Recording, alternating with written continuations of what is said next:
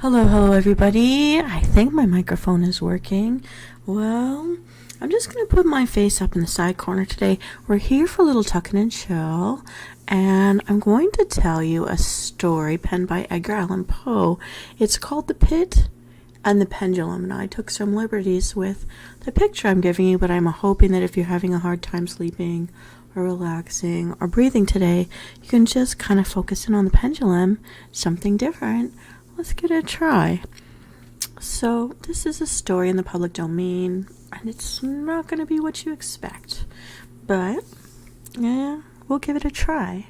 I'm here on Friday nights when I do tuck in and chill. It was meant to just keep people company while they needed some white noise in the background, and I do know that some of my subscribers use me for exactly that. That's all right.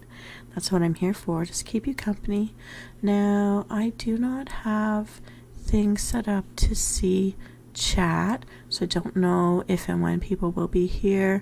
Okay, I've got it on. It just takes up a lot of room. I'm using a tiny 10-inch screen to do this, and the windows all seem to have a mind of their own.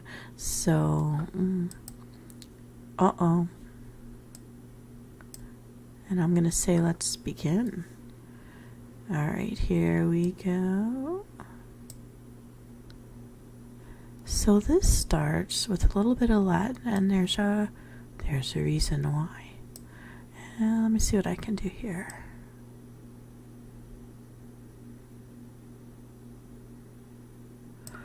Alright. Well, no. So I'm trying so hard to make sure this pendulum does not stop swinging on you guys. Hang on, I'm doing a little bit of setup here. This is difficult without two monitors. Wow. It's just kind of different. No. Okay, I see what's happening. Every time I get the window with the script open enough so that I can see it, it's like it's taken over the pendulum's window. Everything's buried under other things. So, girls and guys, there's no way that I can see if any let's do it again. If any of the subscribers are here with me, I just can't. I don't have enough space. This is all very annoying. So please just know I say hello. Okay, we'll see. I'll only know if there's a viewer if the viewer count tells me. So forgive me. Okay, before I begin, make sure when you settle in, when you tuck in, make sure you have something to hydrate with, something comforting. And I want to know, do people like drinks cold, hot, warm at the end of the day, lukewarm? Mine, ice cold. And I'm doing a little bit of, I'm getting into the iced coffees, but it's my own ice cubes, my own coffee, and coconut milk. And I'm liking it. Here we go, no brown sugar today. I'm being better. So there's the toast to your health and mind. Hydrating now, and we're going to begin the story. Edgar Allan Poe, The Pit and the Pendulum. Impia tarangum logos, hipturbe fiores, sanguinis imui, non satialui. Sospite name patria, factioning fumeris antro, morsubitira fui vita salusque patiente. I was sick unto death, with that long agony, and when they at length unbound me, and I was permitted to sit, I felt that my senses were leaving me. The sentence, the dread sentence of death, was the last of a distinct accentuation which reached my ears. After that, the sound of the inquisitorial voices seemed merged in one dreamy, indeterminate hum. It conveyed to my soul the idea of revolution, perhaps from its association in fancy with the blur of a mill wheel. This only for a brief period, for presently I heard no more. Yet, for a while, I saw, but with how terrible an exaggeration, I saw the lips of the black-robed judges. They appeared to me, while wider than the sheet upon which I traced these words, and thin, even the grotesqueness, thin with the intensity of their expressions, of firmness, of immovable resolution, of stem contempt of human torture. I saw that the decrees of what to me was fake or fate, they were still issuing from those lips. I saw them writhe with a deadly locution. I saw them fashion the syllables of my name, and I shuddered because no sound succeeded. I saw, too, for a few moments of delirious horror, the soft and nearly imperceptible waving of the sable draperies which enwrapped the walls of the apartment. And then my vision fell upon the 7 full candles upon the table. At first, they wore the aspect of charity, and seemed white, slender angels who would save me. But then, all at once, there came a most deadly nausea over my spirit, and I felt every fiber in my frame thrill as if it had tortured the wire of a galvanous barbary, while the angel forms became meaningless specters with heads of flame, and I saw that from them there would be no help. And then there was stolen to my fancy, like a rich musical note, the thought of what sweet rest there must be in the grave. The thought came gently and stealthily, and it seemed long before it attained full appreciation. But just as my spirit came at length properly to feel and entertain it, the figure of the judges vanished, as if magically, from before me. The tall candles, they sank into nothingness. Their flames went out utterly. The blackness of darkness circumvented all sensations, appeared swallowed up in a mad, rushing descent, as if the soul of Hades. Then silence and stillness and night were the universe. I had swooned, but still will not say that all of consciousness was lost. What of it there remained, I still not attempt to define, or even to describe. Yet all was not lost. On the deepest slumber, not in delirium, no. In a swoon, no. In death, no. Even in the grave, all is not lost. Even in the grave, all cannot be lost. Else there's no immortality for man.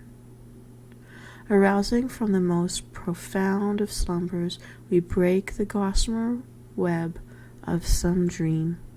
Yet, in a second afterwards, so frail may that web have been, we remember not that we have dreamed. In the return to life from the swoon, there are 2 stages. First, that of the sense of mental or spiritual, secondly, that of the sense of physical existence. It seems probable that upon reaching the second stage, we could recall the impression of the first. We should find these impressions eloquent in memories of the gulf beyond. And that gulf is what?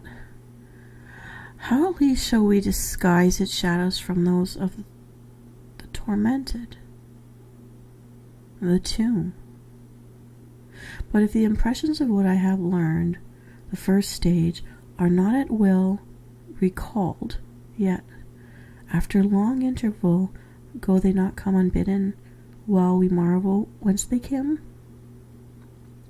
He who has never swooned is not he who finds strange palaces and wildly familiar faces in coals that glow.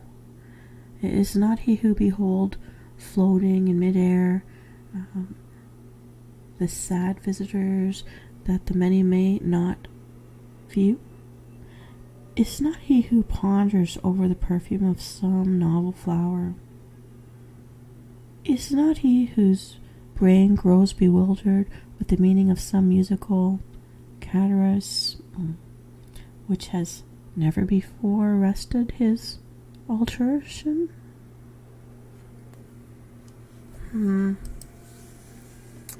Amid frequent and thoughtful endeavors to remember, amid earnest struggles to regather some token of the state of seeing nothingness into which my soul had lapsed, there have been moments when I have dreamed of success. There have been brief periods when I have conjured up remembrances which the lucid reason of a later epoch assures me could have had reference only to that condition of seeming unconsciousness. These shadows of memory fell indistinctly, of tall figures that lifted and bore me in silence down, still down, till a hideous dizziness oppressed me at the mere idea of the interminableness of the descent. They fell also of a vague horror at my heart on account of that heart's unnatural stillness. Then comes a sense of sudden motionless throughout all this, as if those who bore me, a ghastly train, had outrun in this descent the limits of the limitless, and passed from the wearisomeness of all their toil. After this I call to mind flatness and dampness, and then all is madness, the madness of a memory which busies itself among forbidden things. Very suddenly there came back to my soul motion and sound, the tumultuous motion of the heart, and in my ears the sound of its beating.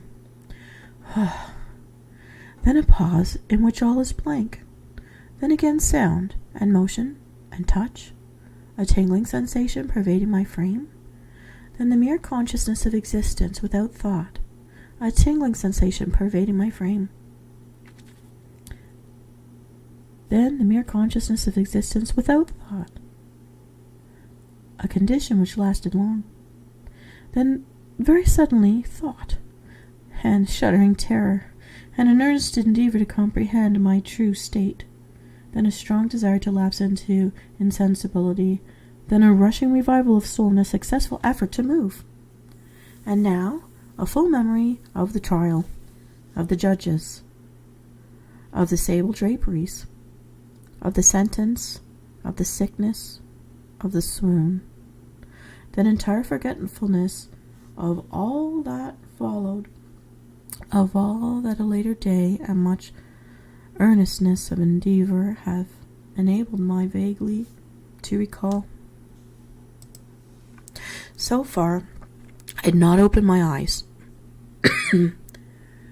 I felt that I lay upon my back, unbound. I reached out my hand, and it felt heavily upon something damp and hard. There I suffered it to remain for many minutes, while I strove to imagine where and what I could be. I longed, yet dared not to employ my vision. I dreaded the first glance at objects around me. It was not that I feared to look upon things horrible, but that I grew aghast lest there should be nothing to see. At length, and with desperation at heart, I quickly uncleared my eyes, and I unclosed them. My worst thoughts then were confirmed. The blackness of eternal night encompassed me. I struggled from breath. The intensity of the darkness seemed to oppress and stifle me. The atmosphere was intolerably close. I still lay quietly and made effort to exercise my reason. I brought to mind the inquisitional proceedings, and I attempted from that point to deduce my real condition. The sentence had passed, and it appeared to me that a very long interval of time had since elapsed. Yet not for the moment did I suppose myself actually dead. As such a supposition, notwithstanding what we read in fiction, is altogether inconsistent with real existence. But where and in what state was I? The condemned to death. I knew perished usually at the Auto de Lit, and one of these had been held in the very might of the day at my trial. Had I been remanded to my dungeon to greet the next sacrifice, which would not take place for many more months, this I at once saw could not be. Victims had been in immediate demand. Moreover, my dungeon, as well as at the condemned cells at Toledo, they had stone floors, and light was not altogether excluded. A fearful idea now suddenly drove the blood in torrents upon my heart, and for a brief period was more relapsed into insensibility. Upon recovering, I at once started to my feet, trembling convulsively in every fiber of my being. I thrust my arms wildly above and around me in all directions. I felt nothing, yet dreaded to move a step, lest I should be impeded by the walls of a tomb. Perspiration burst from every pore, and stood in cold, big beads upon my forehead. The agony of suspense grew at length intolerable, and I cautiously moved forward, with my arms extended, and my eyes staring from their sockets, in the hope of catching some faint ray of light. I proceeded for many paces, but still all was blackness and vacancy. I breathed more freely. It seemed evident that mine was not, at least, the most hideous of fates. Now, as I still continued to step cautiously onward, there came thronging upon my recollection 1,000 vague rumors of the horrors of Toledo. Of the dungeons there had been strange things narrated, fables, I had always deemed them, but yet strange and too ghastly to repeat, save in a whisper. Was I left to perish of starvation in the subterranean world of darkness? Or what fate, perhaps even more fearful, awaited me? That the result would be death, and a death of more than customary bitterness. I knew too well that the character of my judges to doubt the mode and the hour were at that occupied or distracted me.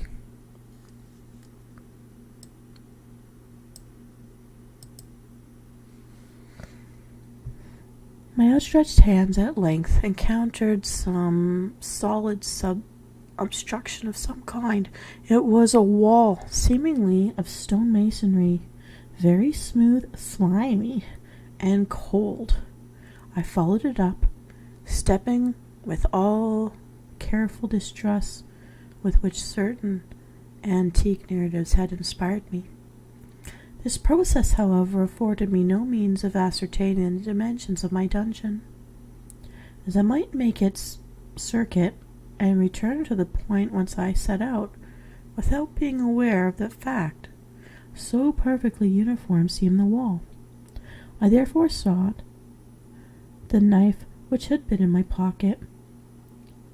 It had entered the inquisitional chamber, but it was gone. My clothes had been exchanged for a wrapper, of course.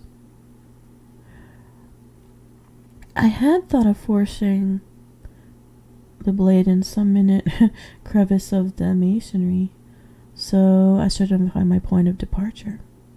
The difficulty, nevertheless, was but trivial, although in the disorder of my fancy it seemed at first insuperable. I tore part of the hem from the robe, and I placed the fragment at full length and at right angles to the wall. In groping my way around the prison, I could not fail to encounter that rag upon completing the circuit. So, at least I thought, but I had not counted upon the extent of the dungeon, or upon my own weakness. The ground was moist and slippery.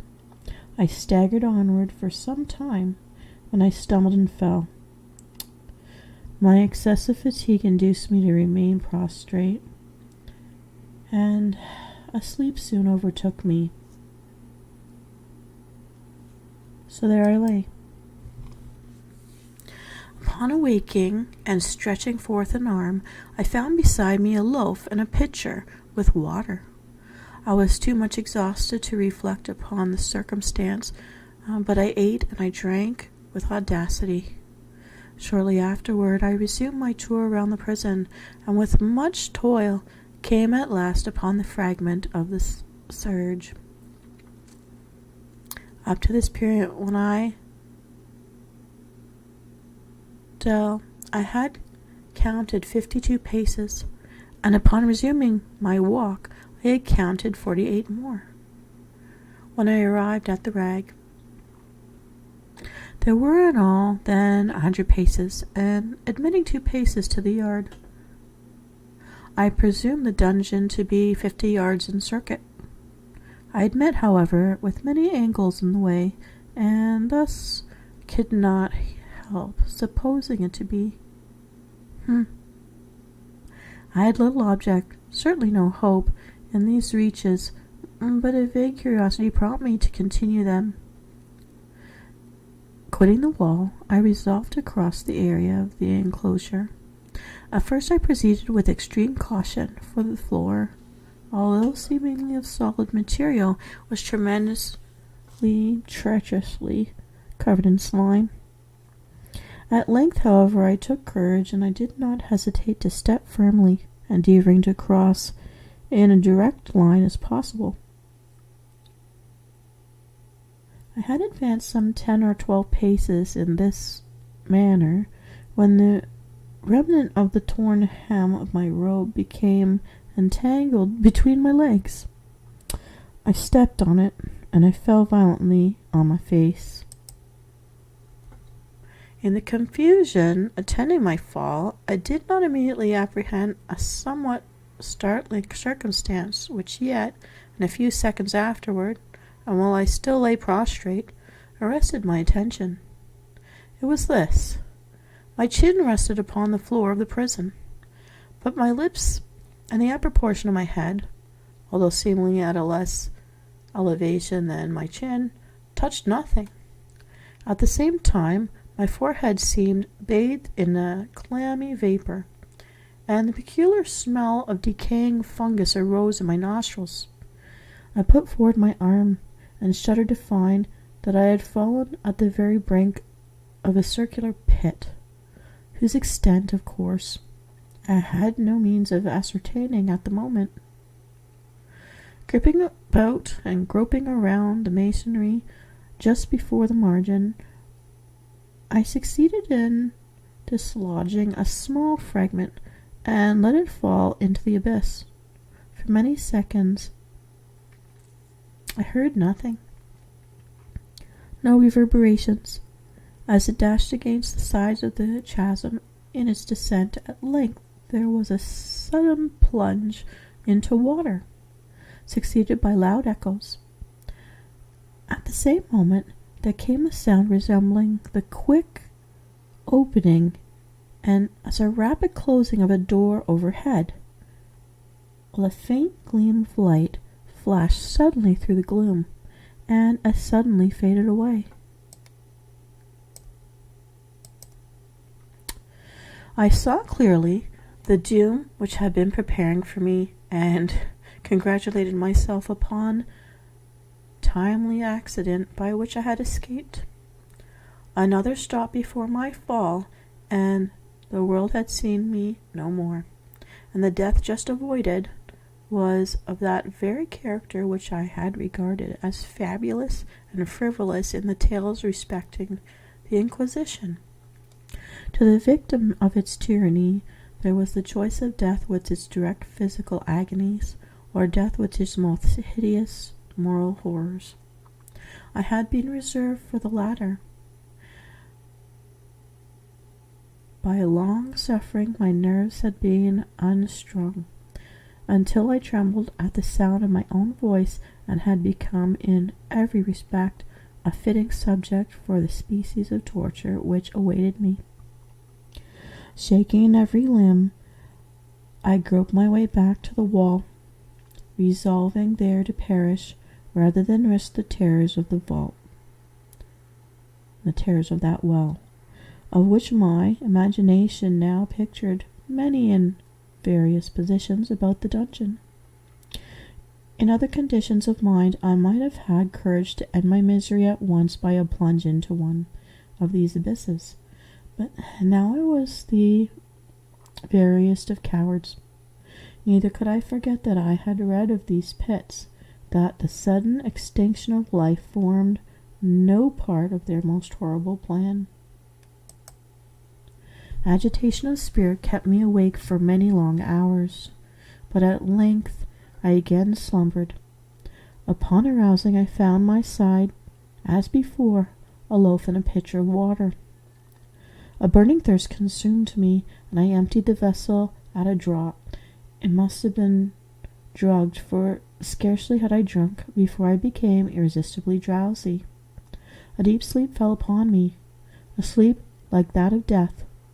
How long it lasted, of course, I know not, but when once again I unclosed my eyes, the objects around me were visible.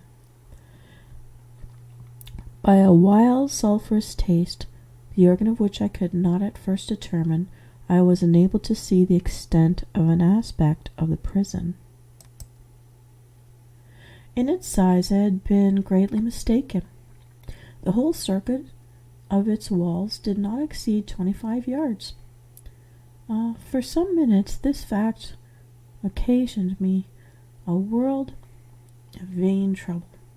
Vain indeed, for what could be of less importance under the terrible circumstances which environed me than the meagre dimensions of my dungeon?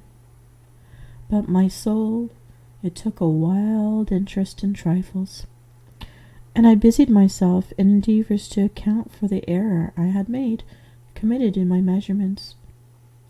The truth at length flashed upon me. In my first attempt at exploring, I had counted 52 paces, up to the period where I fell. I must then have been within a pace or two of the fragment of the surge. In fact, I had nearly performed the circuit of the vault. I then slept, and upon awaking I must have returned upon my steps, thus supposing that circuit nearly doubled that I actually was.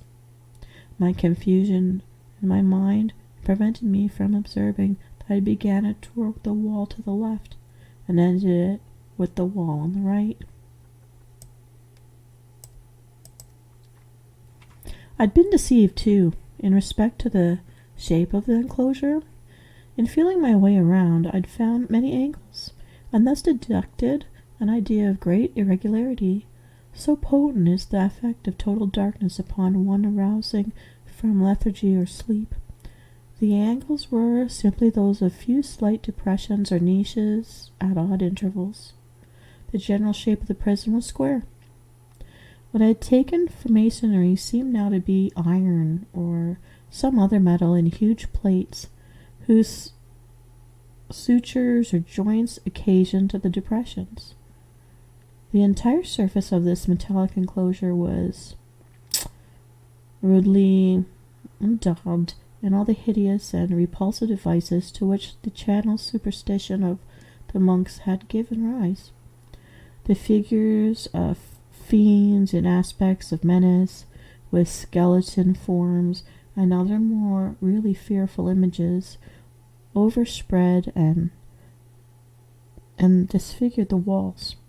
I observed that the outlines of these monstrosities were sufficiently distinct, but that the colors seemed faded and blurred, as from the effects of a damp atmosphere. I now noticed the floor, too, which was of stone. In the center it yawned in a circular pit, from whose jaws I had escaped, but it was the only one in the dungeon. At this I saw indistinctly, and by much effort from my personal condition, had been greatly changed during slumber. I now lay upon my back, and at full length, on a species of low framework of wood. To this I was securely bound by a long strap resembling a surcingle. It passed in many convulsions about my limbs and body, leaving liberty only my head and my left arm, to such extent that I could, by dint of much exertion, supply myself with food from an earthen dish which lay by my side on the floor. I saw, to my horror, that the pitcher had been removed. I say to my horror, for I was consumed with intolerable thirst.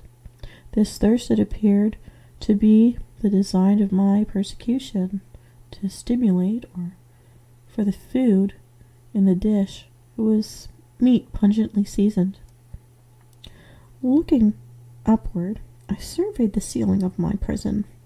It was some 30 or 40 feet overhead, and constructed much as the side walls. In one of its panels a very singular figure riveted to my whole attention.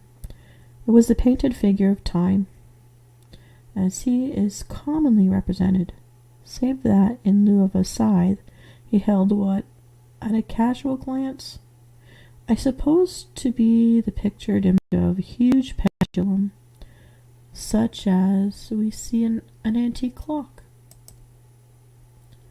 There was something, however, in the appearance of this machine which caused me to regard it more attentively. While I gazed directly upward at it, for its position was immediately over my own, I fancied that I saw it in motion. In an instant afterward, the fancy was confirmed. Its sweep was brief, and of course slow. I watched it for some minutes, somewhat in fear, but more in wonder. Wearied at length with observing its dull movement, I turned my eyes upon the other objects in the cell. A slight noise attracted my notice, and, looking to the floor, I saw several enormous rats traversing it. They had issued from the wall, which lay just within view of my right. Even then, while I gazed, they came up in troops, hurriedly, with ravenous eyes, allured by the scent of the meat. From this, it required much effort and attention to scare them away.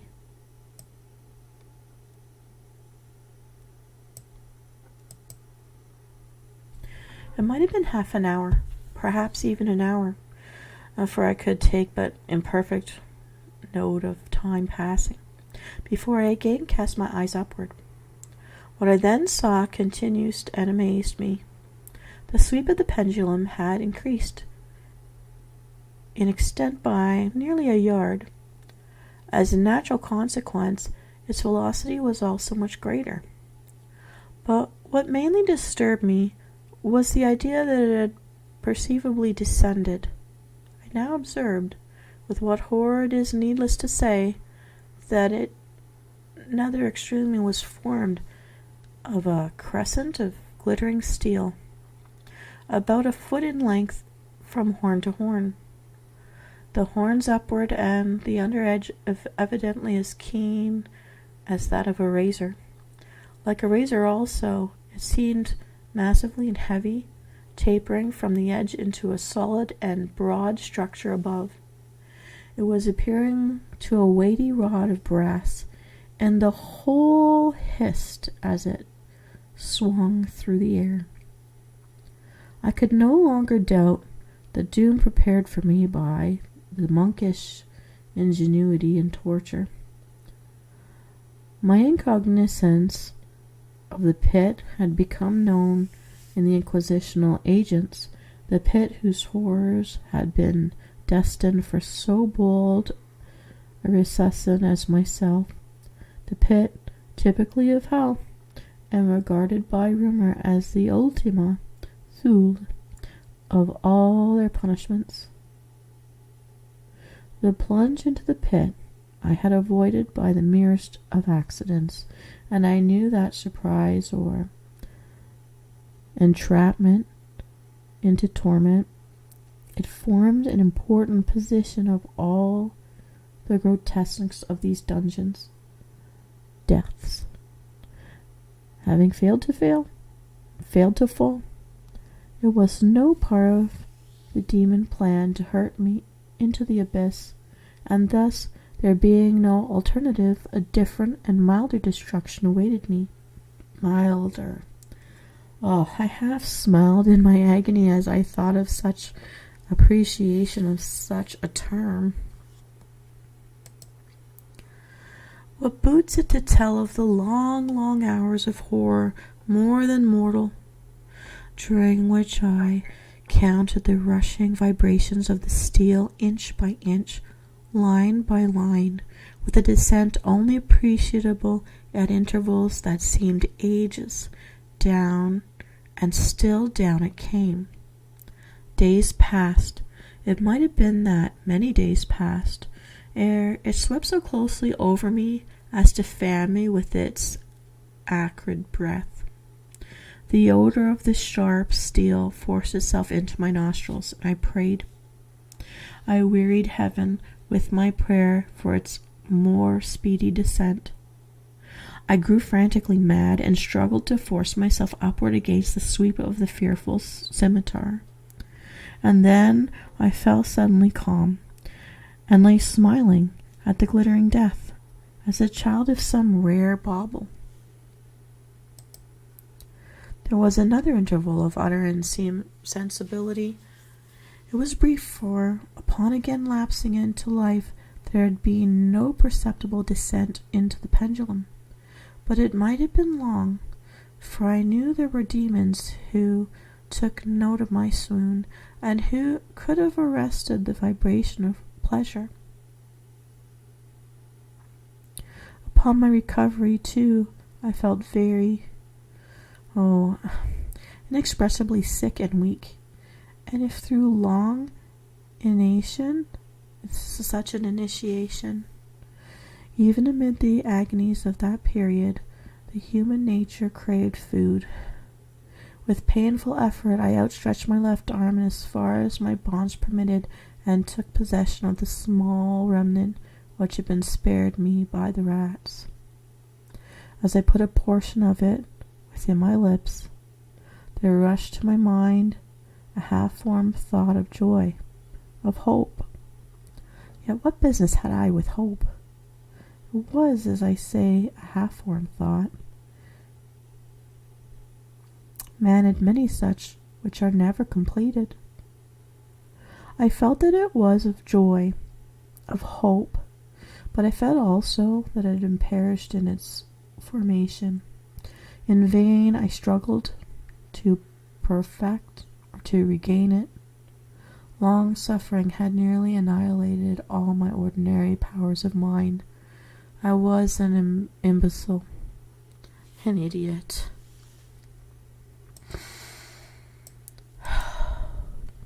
The vibration of the pendulum was at right angles to my length. I saw that the crescent was designed to caress the region of my heart. It would fray the serge of my robe.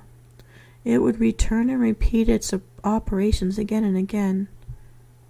Notwithstanding its terrifying, terrifically wide sweep, some 30 feet or more, and the hissing vigor of its descent sufficient to sunder these very walls of iron, still the fraying of my robe would be all that for several minutes it would accomplish. And at this thought I paused. I dared not go farther than this reflection. I dwell upon it with a pertinacity of attention, as if in so dwelling I could arrest here the descent of the steel. I forced myself to ponder upon the sound of the crescent as it should pass across the garment, upon this particular thrilling sensation which the friction of cloth produces on the nerves. I pondered upon all this frivolity until my teeth were on edge. Down, steadily down it crept. I took a frenzied pleasure in contrasting its downward and its lateral velocity to the right, to the left, far and wide, with the shriek of a damned spirit to my heart, with the stealthy pace of the tiger. I alternately laughed and howled as the one or the other idea grew predominant. Down. Certainly, relentlessly down, it vibrated within 3 inches of my bosom. I struggled violently, ferociously, furiously, to free my left arm. This was free from the elbow to the hand. I could reach the latter from the platter beside me to my mouth with great effort, but no farther. Could I have broken the fastening above the elbow? I would have seized and attempted to arrest the pendulum. I might as well have attempted to arrest an avalanche. Down, still increasingly, still inevitably down. I gasped, and I struggled at each vibration. I shrunk convulsively at its every sweep. My eyes followed its outward and upward whirls with the eagerness and the most unmeaning despair. They closed themselves spasmodically at the descent. Although death would have been a relief, oh, how unspeakable! Still, I quivered in every sense to this. To think how slight a sinking of the machinery would precipitate that keen, glistening axe upon my bosom. It was hope that prompted the nerves to quiver, the frame to shrink. I was hope, the hope that triumphs, or on the rack that whispers at the death condemning, even in the dungeons of the Inquisition.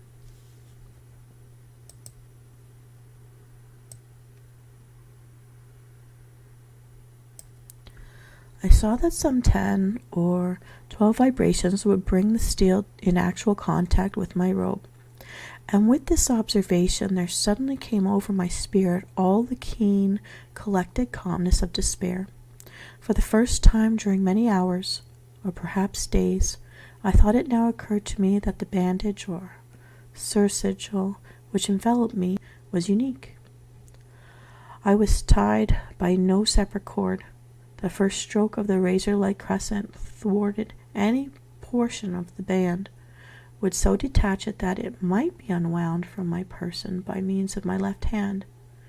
But how fearful in that case the proximity of the steel, the result of the slightest struggle, how deadly. Was it likely, moreover, that the minions of the torture had not foreseen and provided for this possibility? Was it probable that the bandage crossed my bosom in the track of the pendulum? Dreading to find my fail, and as it seemed, my fast hope frustrated, I so far elevated my head as to obtain a distinct view of my breast. The sursigil enveloped my limbs and body close to all directions, save in the path of the destroying crescent.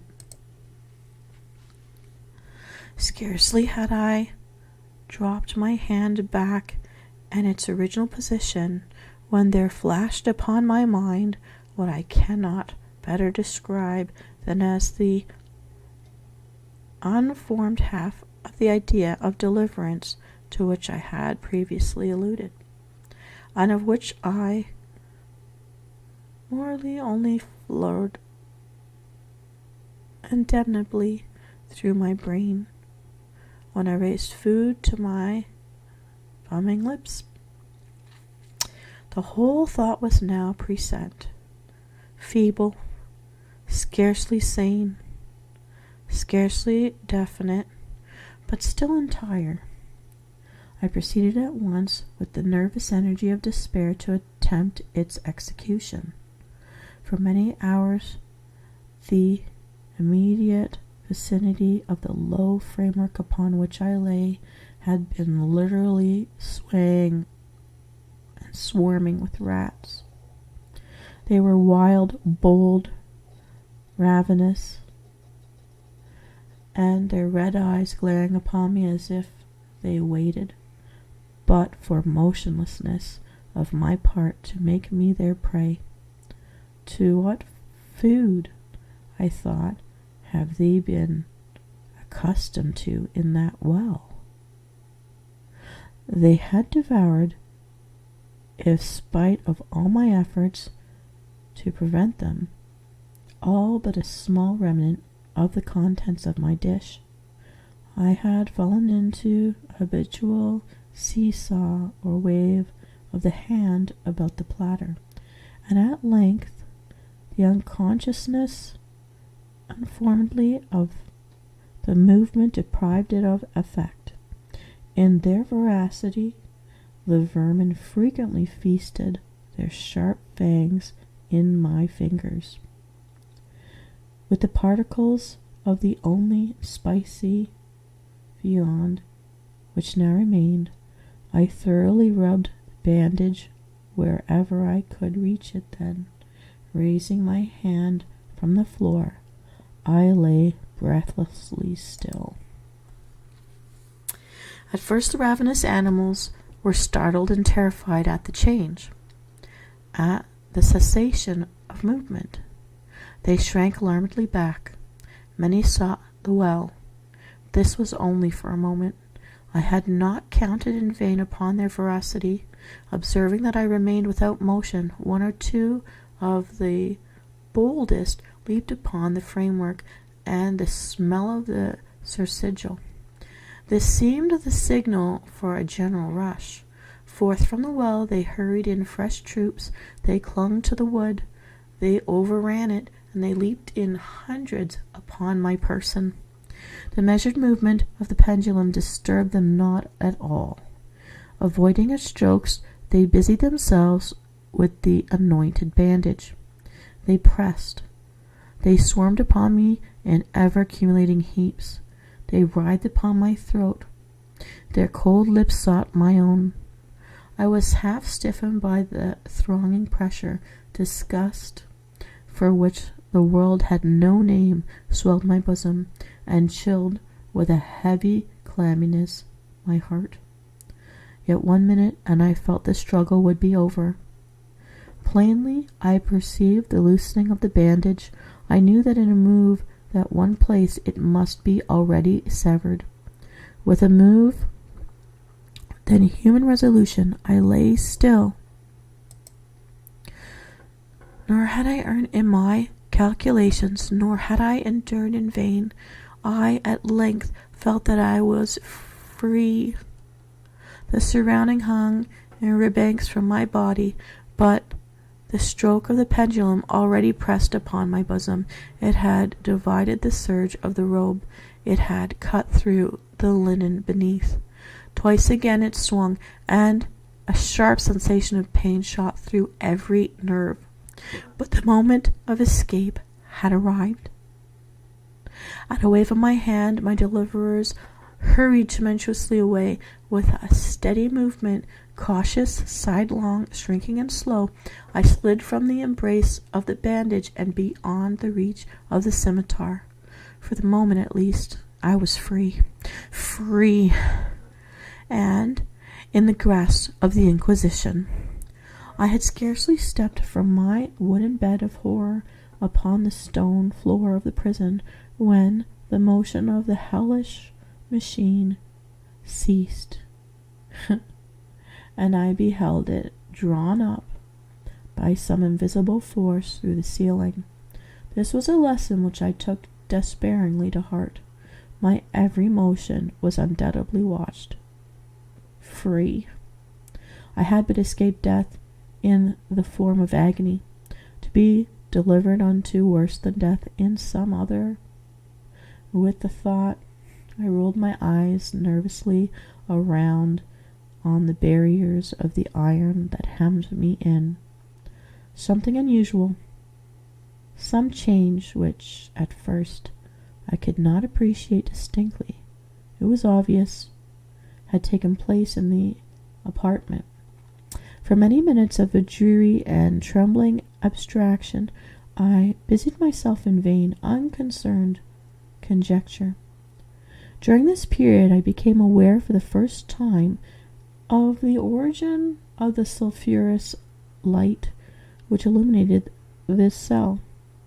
I proceeded from a fissure about half an inch in width, extending entirely around the prison at the base of the walls, which thus appeared and were completely separated from the floor.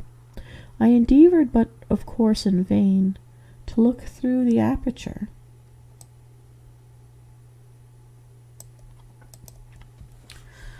As I arose from the attempt, the mystery of the alteration in the chamber, it broke at once upon my understanding. I have observed that, although the outlines of the figures upon the walls were sufficiently distinct, yet the colors seemed blurred and indefinite.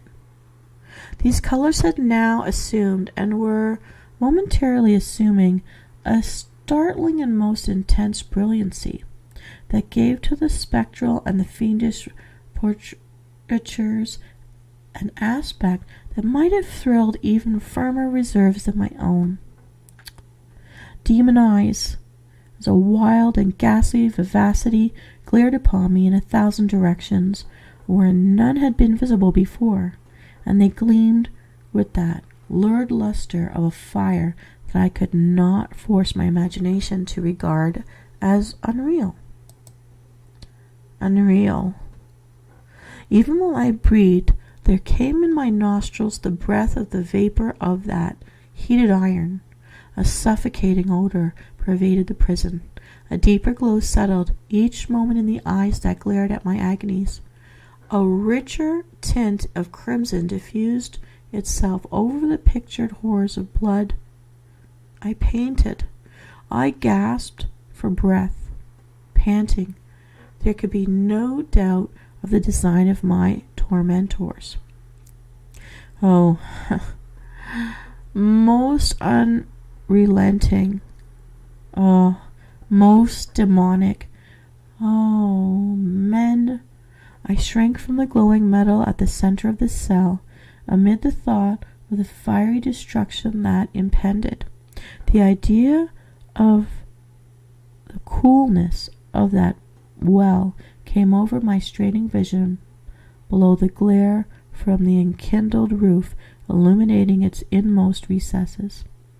Yet, for a wild moment, did my spirit refuse to comprehend the meaning of what I saw.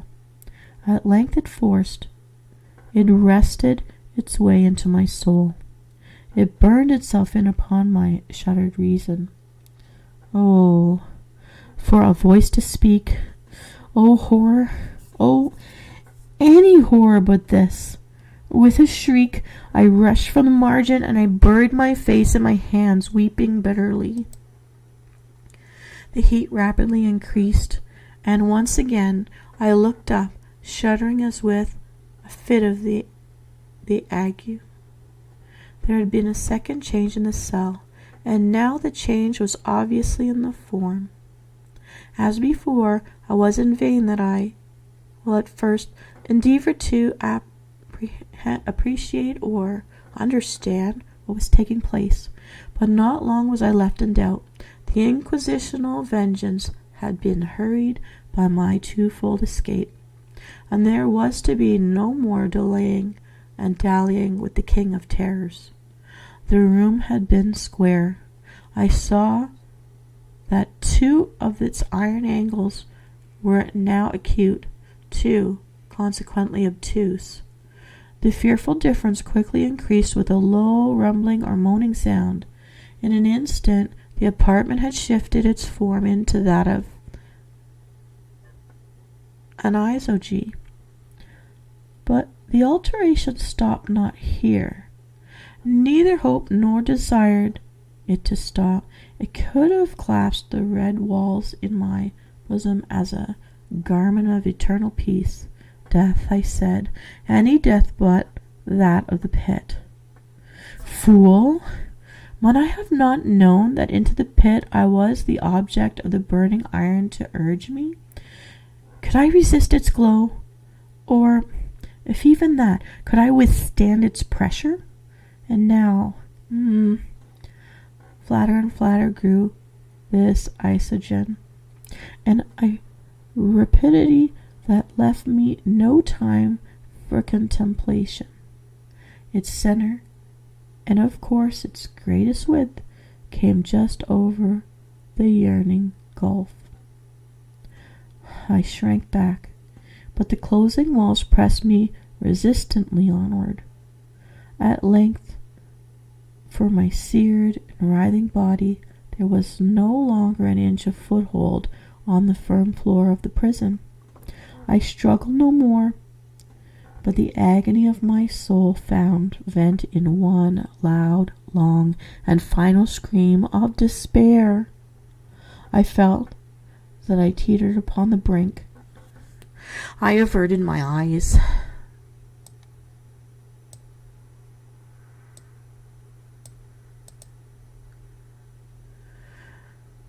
There was a discordant hum of human voices. There was a loud blast as if trumpets. There was a harsh grafting as of 1,000 thunders. The fiery walls rushed back. An outstretched arm caught my own as I fell, fainting, into the abyss. It was that of General Lassalle. The French army had entered Toledo. The Inquisition was in the hands of its enemies.